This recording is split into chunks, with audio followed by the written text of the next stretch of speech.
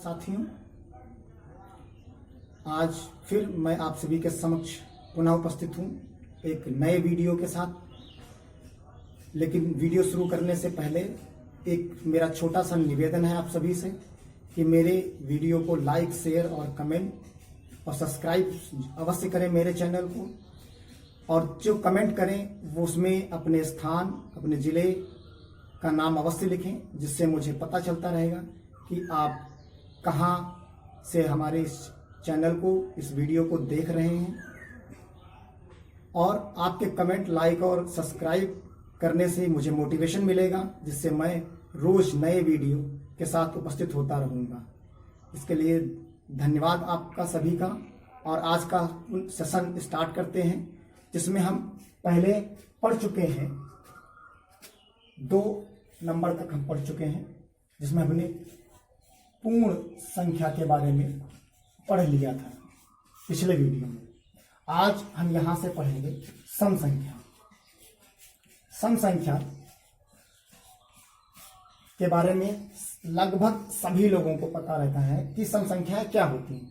सम संख्याएं वो होती हैं जो 2 से विभाजित हो जाए। जो संख्याएं 2 से विभाजित हो जाती हैं उन्हें हम सम संख्या कहते हैं। जैसे 2, 4, 6, 8 इस तरीके की। और हमारी 0 भी एक सम संख्या ही होती है, यानी 0, 2, 4, 6, 8 ये हमारी जो है वो सम संख्या है। विषम संख्या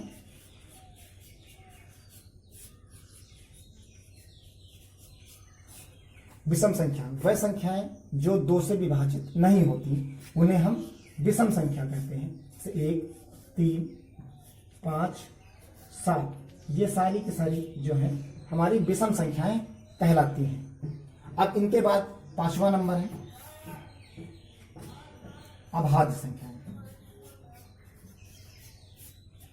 अभाज्य संख्या, अभाज्य संख्या इनको हम प्राइम नंबर भी इंग्लिश में कहते हैं। ये वह संख्याएं होती हैं जो खुद से कटें, यानी स्वयं से कटें या 1 से कटें। यानी ये 1 से भाग वह संख्याएं जो 1 से भाग देने पर विभाजित हो जाएं या स्वयं से हो, उन्हें हम जो है अभाज्य संख्याएं कहते हैं।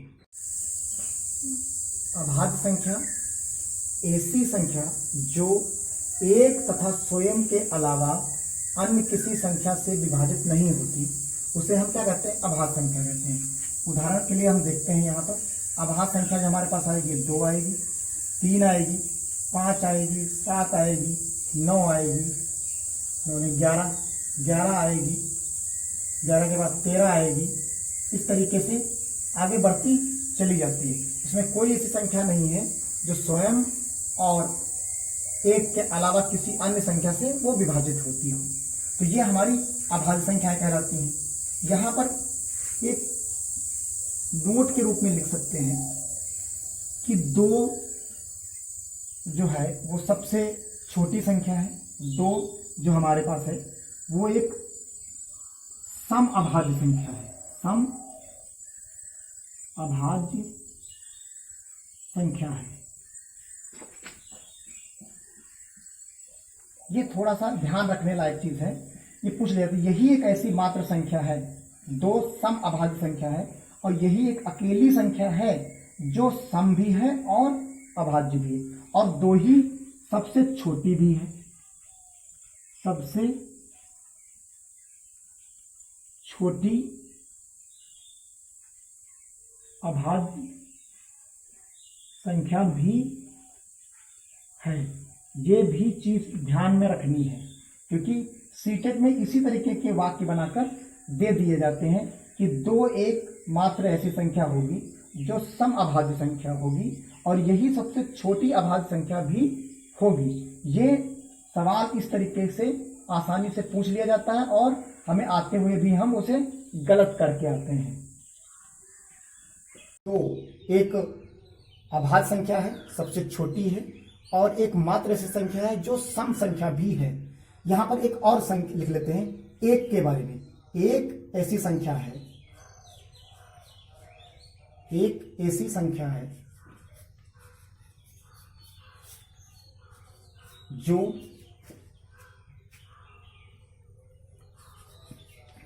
अभाज्य संख्या नहीं है। यह भी कभी कभी पूछ लिया जाता है कि एक संख्या बताइए क्या यह अभाज्य है या नहीं है। इस तरीके के भी सवाल पूछ जाते हैं। और भी इसी के बारे में कि हम ऐसी संख्या और ये एक संयुक्त संख्या भी जो है नहीं है, यानी ये संयुक्त संख्या भी नहीं है।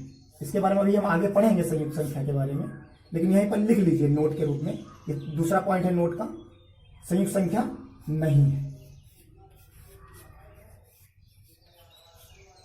अब एक चीज आगे नोट करनी है जिससे सवाल लगाने में आसानी होगी कि 1 से 20 तक में कितनी संख्याएं अभाज्य संख्याएं होती हैं, ये हमको नोट कर लेना है। यहां पर यहां 8 होती हैं। इसी तरीके से 1 से लेके 30 तक कितनी होती हैं, 10 होती हैं। ऐसे ही 1 से 50 तक कितनी संख्याएं होती हैं, उनको नोट कर लेना है। ये 15 होती हैं। ऐसे ही 1 से लेके 75 तक कितनी होती हैं। इन संख्याओं को हमें नोट कर लेना है और याद भी कर लेना है, क्योंकि अभी हम इन्हीं पर सवाल लगाएंगे। 1 से लेके 100 तक इतना तो कम से कम हमें याद ही कर लेना है कि कितनी संख्याएं होती हैं। अब ये चीज हम अगर नोट कर लें कि 1 से लेके 20 तक जो संख्याएं मिलेंगी वो हमें 8 संख्याएं मिलेंगी। 1 से लेके 30 तक जो मिलेंगी वो 10 संख्याएं मिलेंगी। 1 से लेके 50 तक की जो संख्याओं के बीच में होंगी अभाज्य संख्याएं वो हमारी 15 होंगी। 1 से लेके 75 तक जो होंगी वो 21 होंगी। इस तरीके 1 से लेके 100 तक की जो होंगी वो 25 होंगी। इसी तरीके से एक सवाल आया हुआ है कि अगर आपसे कहा जाए, जो हमारे पास सवाल है वो अगर कहा जाए, ये आया हुआ सवाल है सीटेट में ही, कहा जाए कि 30 से 80 के बीच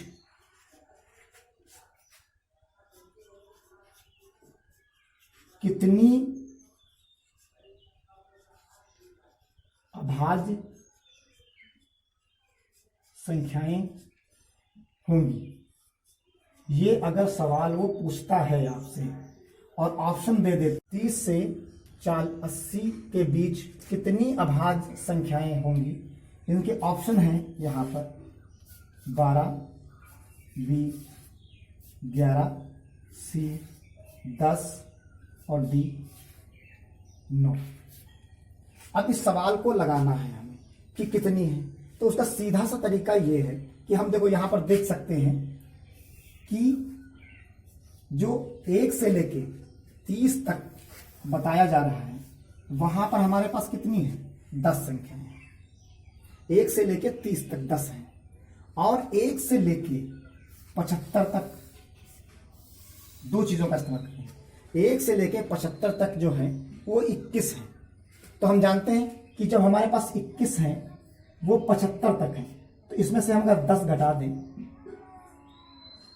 तो जब 10 घटा देंगे तो हमको कितनी मिलेंगी, 11 मिल जाएंगी। यानी घटाने के बाद हमको क्या मिलेगा, 11 मिल जाएगा। यानी अब हम कह सकते हैं कि 30 से लेके 75 के बीच में कितनी होंगी, वो 11 संख्याएं आ जाएंगी, क्योंकि उसके पहले की हमने उसमें से हटा दी है। जब हटा दी है अब देखते हैं 75, यानी हमारे पास संख्या कहां से बची, 75 से लेके 80 के मध्य की चीजें बची। ये अब हम आसानी से निकाल सकते हैं। तो 75 के बाद 76, 77, 78 ये सारी की सारी किसी न किसी संख्या से पूर्णतया विभाजित हो जाएंगी। लेकिन उसके बाद एक आती है 79, ये संख्या नहीं होगी। यानी एक ही संख्या हमें और मिलेगी, इसे हम लाके क्या करेंगे, यहां ऐड कर देते हैं। तो हमें जो उत्तर मिलेगा वो क्या हो जाएगा, 12 हो जाएगा। यानी हमारा ऑप्शन ए सही हो जाएगा। इस तरीके से हम आसानी से, अगर ये चार्ट थोड़ा सा याद कर लें तो ये आसानी से लगा सकते हैं। बाकी एक तरीका तो है कि हम गिन लें, उनको लिख लें कहीं पर, उससे निकाल सकते हैं, लेकिन समय बचाने के लिए अगर ये चीज हम याद कर लेंगे तो वो आसान सा रहेगा। यहाँ प्रश्न है 1 से 20 तक सभी अभाज्य संख्याओं का माध्यिका क्या होगी।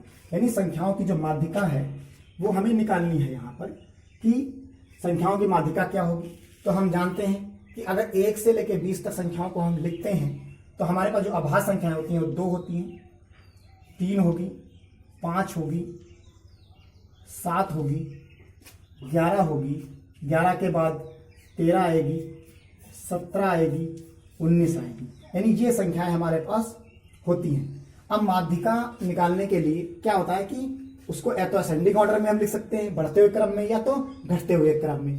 तो देखते हैं यहां भी इधर 4 और इधर 4, यानी 2 क्रम मिलते हैं हमें, ये 7 और 11। इन दोनों को क्या करें, हम यहां पर जोड़ लेते हैं, इन दोनों को जोड़ के 2 से भाग ले लेते हैं। और अगर यहीं पर विषम संख्या के रूप में होती इनकी संख्या तो हम बीच की संख्या को ही लिख देते, तो वो आ जाती वही।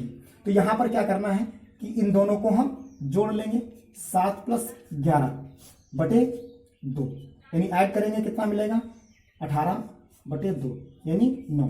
इन सवालों को हम आगे आने वाले चैप्टर्स में पढ़ेंगे, लेकिन यहां हम संदर्भ समझाना चाह रहे थे कि संख्या पद्धति का या आभाज्य संख्या का हम किस तरीके से दूसरे चैप्टरों में भी कैसे इस्तेमाल करते हैं। यानी एक साथ कई चीजें भी सवालों में पूछी जाती हैं कि अभाज्य भी पूछ लिया और हमसे सांख्यिकी के भी सवाल को माध्य और माध्यिका भी पूछ। अगर यहीं पर माध्यिका भी पूछ रहा था, यहां माध्य पूछ लेता, मान लो कह देता कि माध्य भी बता दो कि क्या होगा, तो उसमें क्या होता है कि इन सभी को हम जोड़ लेते और जितनी संख्या है उससे भाग दे देते। यानी एक ही सवाल से कई सारी चीजें पूछी जा सकती हैं और गणित में एक दूसरे से रिलेटेड होती हैं। जैसे इनको पूछते तो कुल योग क्या आएगा, 2 + 3 + 5 + 7 + 11 + 13 + 17 + 19 बटे कितनी संख्याएं हैं, इनको गिन लेते, कुल संख्याएं 8 हैं। अब यहां जोड़ लेंगे तो देखेंगे कितना आ रहा है, 19, 11 30, 1 30 60, 60 और 7 70 और 1 77, ये 77 बटे 8 आ रहा है यहाँ पर। तो इसको जब भाग दे देंगे तो भाग देने के बाद जो चीज हमें मिलेगी वो हमारी माध्य होगी। ये 8 9 72, यानी 9 पॉइंट कुछ संख्याएं हमारे पास आ जाती हैं, जितनी भी इसमें आएंगी। यानी हम इनको भाग दे दें आसानी से तो हमें मिल जाएगा कि कितना आता है। तो यानी 9 9 72 और यहां पर आ जाएगा 6 2 और 5। इस तरीके से हमारा ये उत्तर माध्य हो जाता है। इसी तरीके से अगर एक सवाल और हम लगा लें कि एक सवाल की गुणनखंड के संदर्भ में, जैसे सभी ने सीखा होगा, ये समझा देते हैं थोड़ा सा, कि जिसे कहा जाए कि अभाज्य गुणनखंड ज्ञात कीजिए। यहां पर पूछा जाए हमसे कि कितने अभाज्य गुणनखंड, जैसे कोई पूछे हमसे कि 240 में कितने अभाज्य गुणनखंड होंगे, तो इनको हम क्या करते हैं कि 2 से भाग देते हैं। तो जब 2 से भाग देंगे तो 120 आएगा, फिर 2 से भाग देंगे तो यहां हमें मिलेगा 60, फिर 2 से भाग देंगे तो 30 मिलेगा, फिर भाग देंगे तो यहां मिलेगा 15, फिर 3 से भाग देंगे फिर मिलेगा यहाँ 5 और 5 से भाग देंगे 1, यानी 1 2 3 4 5 6। ये एक हमने केवल बताया है कि किस तरीके से हम अभाज्य गुणनखंड निकालते हैं। तो 1 2 3 4 5 6, अगर वो 240 में पूछता कितने अभाज्य गुणनखंड होंगे तो हम बता देते कि 6 अभाज्य गुणनखंड होते हैं। सवाल सामने लिखा हुआ है, 24 की घात 5, 30 की घात 3, 19 की घात 4, 20 की घात 3 के कुल अभाज्य गुणनखंडों की संख्या होगी। ऑप्शन आए हैं 40, 44, 42, 48। यानी इनसे हमको बताना है कि इनमें से कौन सा ऑप्शन सही होगा। ये सवाल आया हुआ है। इसमें देखो गुणनखंड करने का तरीका अभी हमने सीखा था इसके पहले। तो इसको सीधा सा लिखेंगे कि 24 के गुणनखंड क्या होंगे, 2 से गुणा करेंगे, भाग करेंगे तो 12 मिलेगा, 12 को 2 से करेंगे तो हमें 6 मिलेगा। अगर किसी को नहीं समझ में आ रहा तो यहाँ हम करके दिखा देते हैं। 24 को 2 से करेंगे तो यहाँ कितना मिलेगा, 12 मिलेगा, फिर 2 से करेंगे तो यहाँ हमें 6 मिलेगा, फिर 2 से करेंगे तो हमें यहाँ जो है 3 मिलेगा, और 3 से करेंगे तो 1 मिलेगा। यहाँ पर यानी गुणनखंड क्या हो जाएंगे हमारे पास, 2 गुणे 2 गुणे 3, यानी घात कितनी हो जाएगी, 5। इसी तरीके से अगला वाला 30 है, तो 30 का करेंगे तो 30 को करेंगे तो पहले 2 से जाएगा, फिर 15 आएगा, 15 को 3 से करेंगे और फिर 5 आएगा। 5 की घात कितनी है, 3 है। इसी तरीके से अगला वाला गुणनखंड देख लेंगे यहाँ पर, यानी 19, तो 19 किसी से होगा नहीं तो ये 4 आ जाएगा।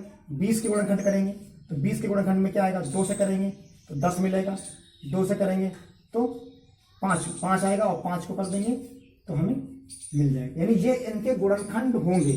अब इनकी संख्या ज्ञात करनी है, तो संख्या ज्ञात करने के लिए हम क्या कर सकते हैं, इसमें देखो ये 2 है तो इस 2 को हम 5 बार लिखेंगे तभी तो बनेगा।